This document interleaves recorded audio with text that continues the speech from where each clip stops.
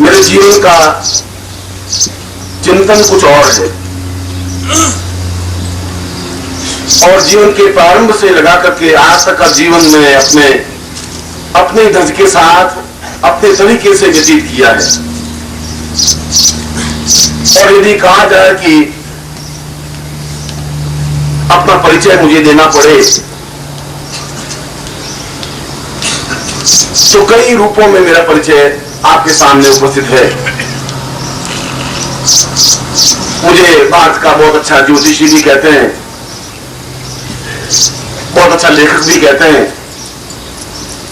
कवि रूप में भी कहा जाता है, उपन्यास रूप में भी कहा गया है, संगीत रूप में भी कहा गया है, तांत्रिक रूप में भी कहा गया है, मांत्रिक रूप में भी कहा गया है, योगी के रूप में भी कहा गया है, सन्यासी के रूप में भी कहा गया है, और गुरु के रूप में भी मैं आपके सामने उपस्थित हूं।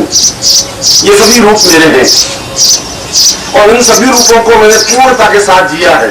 किसी रूप में किसी प्रकार की न्यूनता नहीं रखी। जिसमें ज्योतिष का भविष्य बिल्कुल बात उसमें था ही नहीं। ज्योतिष को एक मखौल बना दिया गया था। ज्योतिष की कोई पुस्तक तक नहीं थी, पंचांग को देखना तक नहीं आता था। तब मैंने सबसे पहले पुस्तकें और जनसाधारण और छोटी छोटी पुस्तकें और कम से कम मूल्य में पुस्तकें लिख करके उस परंपरा को जीवित रखने का प्रयास किया। और जिस समय और आज ज्योतिष के माध्यम से शायद लाखों व्यक्ति अपना जीविकोपार्जन तो कर ही रहे हैं, मगर उस ज्योतिष विद्या को मैंने समाप्त नहीं होने दी। और जो तंत्र के नाम से लोग घबराते थे, भयभीत होते थे, और जो तांत्रिक अपने आप में अत्यंत विधर्मी और अधर्मी से खड़े हो गए थे, उन पर मैंने प्रहार भी किया अपने प्राणों की बिना चिंता किए। इस बात की चिंता मैंने नहीं की कि ये मेरे साथ कितना और कैसा सलूक कर सकते हैं, और उन्होंने मेरे ऊपर प्रहार करने में कोई कसर भी नहीं रखी।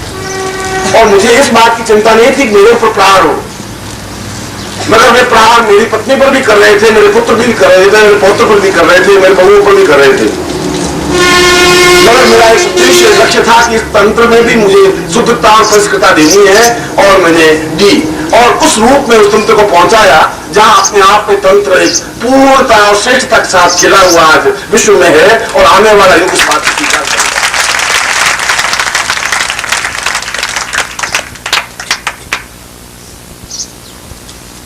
और यदि मैं अपना परिचय मंत्र के रूप में दूं तो मैं आपने सैकड़ों बार, दसियों बार यज्ञों में भाग लिया होगा मेरे साथ में, और उन यज्ञों में भाग लिया होगा जहां श्रेष्ठ विद्वान और ब्राह्मण कर्मकांडी विद्वान भाग लेते हैं, चाहे वो काशी का क्षेत्र हो, चाहे मुंबई का क्षेत्र हो। और वे जो उच्चारण अगर कर्मकांड का करते थे तो मैं भी उन्हीं के स्वर से ज्यादा श्रेष्ठ शुद्ध स्वर से मैं मंत्रों का उच्चारण उनके सामने यज्ञों के उन यजुर्वेद के मंत्रों के साथ उच्चरित करता था। मैं मौन बना हुआ नहीं था, और मैं अपना परिचय शुरू करके उनके सामने रख रहा था कि मैं मंत्र के क्षेत्र में भी उन सभी ब्राह्मणों से, उन सभी पंडितों से एक सेकंड में, एक क्षण भी पीछे नहीं हूं, शायद 4-6 कदम आगे ही हूं। और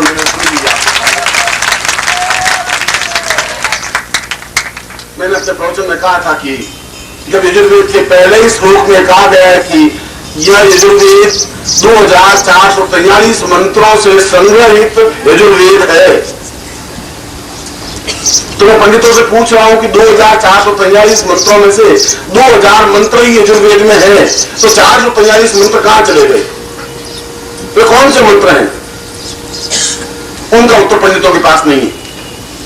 और जो काशी के पंडितों इकट्ठे होकर के और काशी में यज्ञ करना अपने आप में कितना दुखदायी होता है, इसका अनुभव मैंने इस बार किया।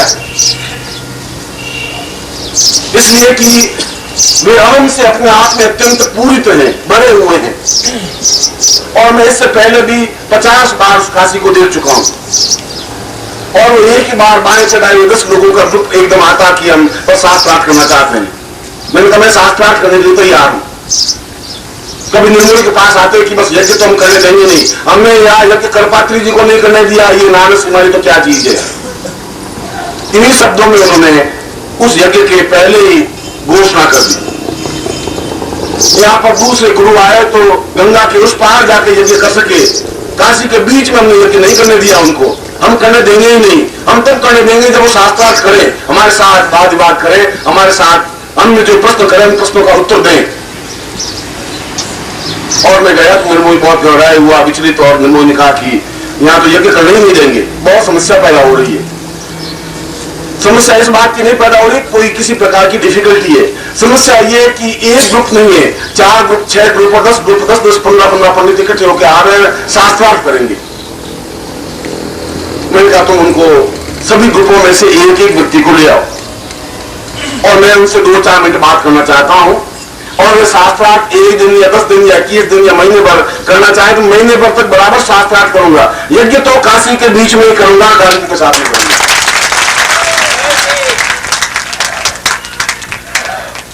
और वे आए। मैंने कहा कि आप शास्त्रार्थ मुझसे कर सकते हैं।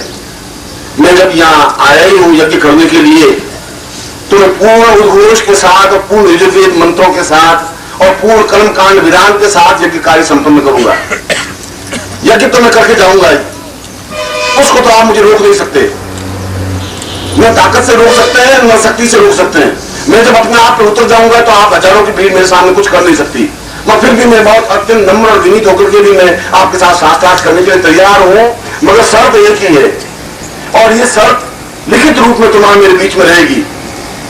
शर्त यह है कि अगर मैं हार गया शास्त्रार्थ में, अभी महीने और 2 महीने पहले यज्ञ हमने किया है, मैं अगर हार गया तो मैं शरीर अपना सिर मुंडवा दूंगा और आप मुझे लेकर के पूरे काशी की गलियों में घुमा सकते हैं, मैं घूमूंगा, शिष्य बना हुआ आपका। मगर यदि आप हार गए तो आपके समस्त सिर मुंडवा करके मैं आपको काशी की गलियों में घुमाऊंगा, जरूर छोड़ूंगा मैं फिर आपको। इसके अलावा कोई आपको मेरे बीच में कोई एग्रीमेंट नहीं, कोई बीच नहीं है। ये है, ये तो सोच लो। और उसके बाद विषय आपका है, मैं कोई विषय भी नहीं लूंगा। जिस विषय पर तुम शास्त्रार्थ करना चाहोगे मैं करूंगा। कर्मकांड पर, वैदिक पर, आयुर्वेद पर, चरक पर, किसी ब्रह्म पर और चिंतन पर और द्वैत पर और द्वैत पर, ये तुम्हारा विषय है। मैं इस बात की चिंता नहीं करूंगा। सब्जेक्ट आपका होगा, शास्त्रार्थ मैं करूंगा, निर्णयाधीश आपका होगा। शर्त एक ही होगी, ये शर्त आपको माननी है, क्योंकि मैं फिर आपको छोड़ूंगा नहीं, किसी हाल पे नहीं छोड़ूंगा। और हम आपको शाम को मिलेंगे, मैं कहा तुम रात को मिल लेना, मुझे कोई आपत्ति नहीं। मैं होटल में ठहरा हुआ, मेरी पत्नी यहाँ भागूंगा तो मैं नहीं, मैं यज्ञ करके जाऊंगा। तुम्हारे जो कुछ करना है तुम कर सकते हो। शास्त्रार्थ करना है तो क्योंकि परसों से मैं यज्ञ शुरू करूंगा, कल तक का पूरा दिन तुम्हारे पास में है। शास्त्रार्थ तुम कर सकते हो, मैं तैयार बैठा हूं। और त्रिपुंडधारी और यज्ञोपति पड़े और कौन खड़ा हुए, एक पंडित जाए, दूसरा जाए, होटल वाले कह रहे क्या हो रहा है, मुझे तो मालूम नहीं क्या हो रहा है। आए आप उनको पूरे गिरोह को आने दीजिए। उन्होंने सोचा कि आदमी बहुत खतरनाक दिखाई दे रहा है, ये आदमी सीधा साधा ब्राह्मण नहीं है। क्योंकि अगर मान लो ये हार भी गया और घुमा भी दिया तो कोई बात नहीं, हम हार गए तो काशी में रोटी खाने वाले मुश्किल हो जाए। निर्मोही वहां पर बड़ा विचलित, इधर से उधर घूमे, उसको समझा, मैं तो मेरा समझा रहा है, ये लोग समझेंगे नहीं। इनके सामने सीधा मटिया लिखते पूरा बोर्ड पर, मैं तैयार हूं, विषय इनका, सब्जेक्ट इनका, चैलेंज इनको, क्योंकि वो तो एक ही बात की, हमने कृपा की जो करने दिए ही नहीं, मैंने नहीं करने दिया। कृपा की नहीं कर सके तो मेरे साथ साथ मैं नहीं कह सकता कर सके या नहीं कर सके, ये उनकी नम्रता थी या विशेषता थी, मैं इस पॉइंट पर नहीं जा रहा हूं। मैं तो तैयार हूं और मैं करके जाऊंगा यज्ञ के उन कुंडों पर भी, और प्रधान कुंड में भी अगर गलती होगी तो आप जैसा भी चाहेंगे उनकी गलती निकालना। मैं खुद कुंड बनाऊंगा, मैं खुद आहुतियां दिलवाऊंगा, मैं खुद आहुतियां दूंगा। जिस क्षेत्र में जिस स्तर पर जाना चाहो मैं तो तैयार हूं। पत्नी ने कहा क्यों लड़ाई झगड़ा मोड़ ले, ब्राह्मणों से लड़ाई झगड़ा लेने से क्या फायदा है, पाप लगेगा। मैं पाप इनको भी लग रहा है, मैं भी ब्राह्मण हूं, अब ब्राह्मणों से लड़ाई झगड़ा मोड़ लेने से सारा पाप लगेगा तो पाप गंगा में जाकर धो लेंगे। पर इनको तो एक बार समझाना जरूरी होगा, ऐसा तो हुआ नहीं, यहाँ आए वापिस धो तो जाएंगे नहीं।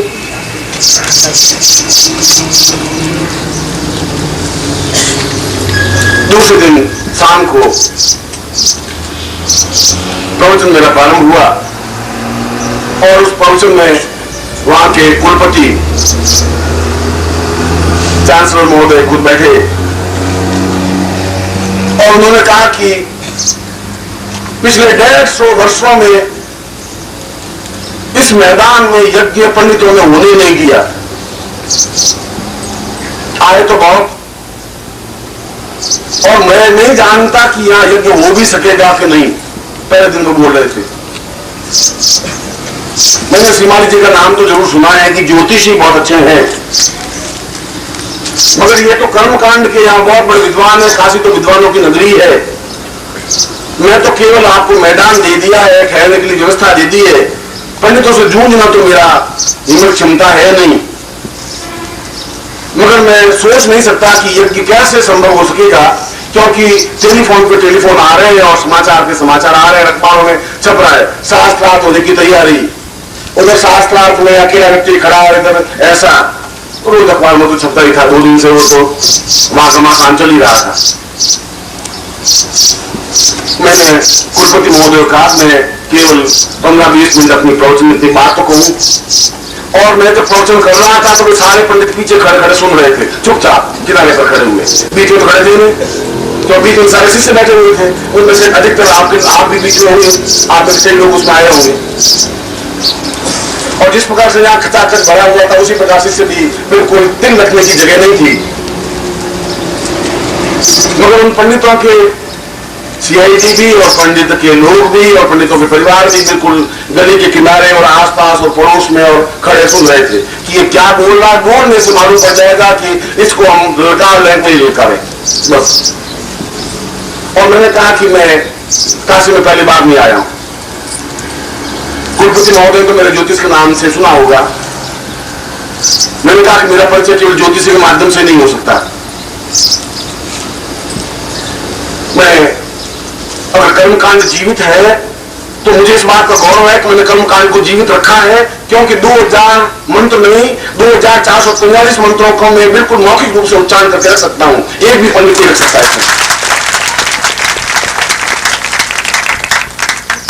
और यजुर्वेद का या तो पहला मंत्र गलत है, खेत वो जो तो हम बाल वसदेव सविताम प्राप्त, तो मंत्र गलत है कि उसमें मंत्र कहा है कि मैं इस यजुर्वेद में 2443 मंत्रों को संग्रहित कर रहा हूं, या इनके पास पुस्तकें हैं, उस पुस्तकों में 2000 मंत्र हैं, वे 443 मंत्र मुझे सुना देंगे, या फिर मैं सुना दूं, या ये मुझे चैलेंज करो या मैं उनको चैलेंज कर रहा हूं। मैंने कहा तुम चुप करके जो सुन रहे हो आपको सामने आकर सुनने की हिम्मत रखनी चाहिए। मैं उन्हीं मंत्रों के माध्यम से, जिन मंत्रों का तुम उच्चारण नहीं कर सकोगे, मैं उन मंत्रों के माध्यम से आहुतियां दिलवाऊंगा, और जिन मंत्रों को आप जानते हैं उन मंत्रों के माध्यम से भी आहुतियां दिलवाऊंगा। आहुतियां तो दूंगा ही।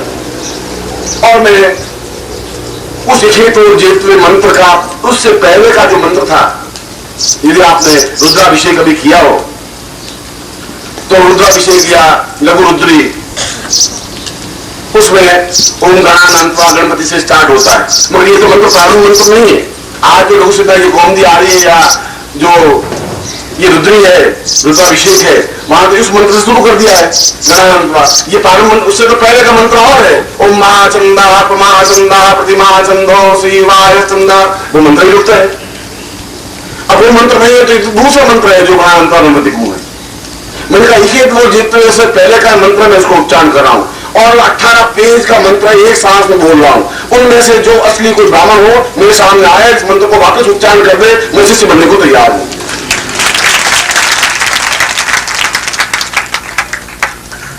मैं कोई गरुड़ नहीं कर रहा था। क्या ये उनका सौभाग्य था कि उन्होंने शास्त्रार्थ नहीं किया,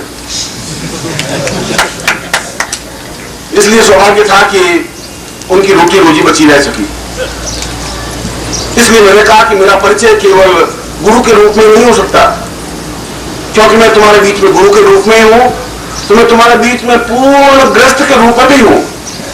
और मैं अपने आप पे गर्व कर सकता हूं कि मैं बहुत अच्छा गृहस्थ निर्वाह कर रहा हूं। 50 वर्षों में शादी के 55 वर्षों में भी जाकर के एक बार भी मतभेद होने की गुंजाइश नहीं रही। पति पत्नी के बीच लड़ाई झगड़ा तो बहुत लंबी चौड़ी बात है। इसलिए मैंने अपनी बात का प्रारंभ इस रूप में किया कि मेरा परिचय केवल ज्योतिषी या कर्मकांडी या मंत्र या तांत्रिक क्षेत्र में या आयुर्वेद के क्षेत्र के रूप से ही नहीं किया जा सकता। मेरा रूप से और मूल रूप से अगर मेरा कोई परिचय दिया जाए तो एक शब्द से परिचय दिया जा सकता है कि मैं जन्म से लगा करके आज तक विद्रोही रहा हूं और ये मेरा सबसे बड़ा परिचय है। जहां पर भी गड़बड़ हुई है वहां मैंने चैलेंज दिया है और उस चैलेंज को मैंने उठाया है। उन्हीं काशी के पंडितों ने आज से 30 साल पहले मुझे लाठियों से पीट करके गंगा की नदी में फेंक दिया गया था और मैं सन्यासी था, क्योंकि मैं ललकार रहा था तुम मंत्र शुद्ध बोल रहे हो और मैं साक्षात तो कर नहीं पा रहे थे। पीटा जरूर, और एक अकेला व्यक्ति 50 आदमियों के गिरोह में पिट सकता है। मैं दूसरे दिन मैं वापिस उस शरीर पर पट्टियां बांध के उसी मंच पर खड़ा था। वापस मैं कह रहा है पीट करके तुम मुझे बंद नहीं कर सकते मेरा मुंह। मैं अगर बोलूंगा तो मैं 2 टूक बात तुम्हें जोड़ के कहूंगा तुम ब्राह्मण के पुत्र हो तो तुम्हें ब्राह्मण तुम्हें होना चाहिए, क्षमता होनी चाहिए, तुम्हें जागृति होनी चाहिए, तुम्हें चेतना होनी चाहिए, मंत्र का शुद्ध स्पष्ट उच्चारण होना चाहिए। और अगर वो नहीं है तो तुम ब्राह्मण होने के काबिल नहीं हो, शूद्र हो, उससे लिखे बीते हो। और ये बात बहुत कड़वी थी और उन पंडितों को बात चुभने वाली थी। इसलिए जीवन में प्रत्येक क्षेत्र में जहां पर भी मैंने न्यूनता देखी उसको प्रहार करने की कोशिश की और इसीलिए मेरे तेवर मेरी बातचीत में एक ओझ रहता है। मेरी बातचीत में प्रहार की क्षमता होती है और प्रहार की क्षमता में शास्त्रीय मर्यादा के बीच में करता हूं। मैं एक भी शास्त्रीय मर्यादा से हटता नहीं हूं। ऐसी कोई बात कहता नहीं जो शास्त्र में आती नहीं है, क्योंकि हमारा पूरा जीवन शास्त्रीय और हमारे पूर्वजों के दिया हुआ जीवन और वेद और मंत्रों के माध्यम से है। मैं उनका अनादर नहीं कर सकता। मैं विज्ञान को भी उतने ही माध्यम से स्वीकार करता हूं। पंखा चल रहा, मैं पंखे बंद नहीं कराऊं तो बंद कर दो।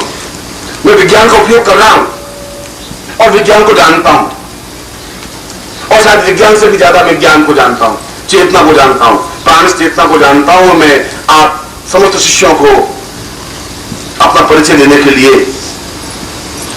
मैं केवल इसलिए अपनी बात कह रहा था कि पंगु बनकर के और बहुत कमजोर बनकर के जीवन में जीवित नहीं रहा जा सकता और किसी एक छोटी सी चीज को लेकर के वैद्य नहीं बना जा सकता। अपनी जेब में सूंठ और काली मिर्च के 2 टुकड़े रखने से वैद्य नहीं बन सकता। ऐसे वैद्य सैकड़ों हो सकते हैं। वैद्य बनने के लिए पूर्ण ज्ञान होना चाहिए और केवल एक छोटी सी बात को सीख करके गुरु नहीं बना जा सकता। इसलिए आप निखिलेश्वरानंद को कहने से नहीं पहचान सकेंगे। आप में पहचानने की क्षमता नहीं है, क्योंकि बहुत सामान्य और सरल तरीके से तुम्हें गुरु मिल गए। इतने आसान तरीके से तुम्हें गुरु मिल गया है कि उन गुरु के मूल्य महत्व को तुम नहीं समझ सकते।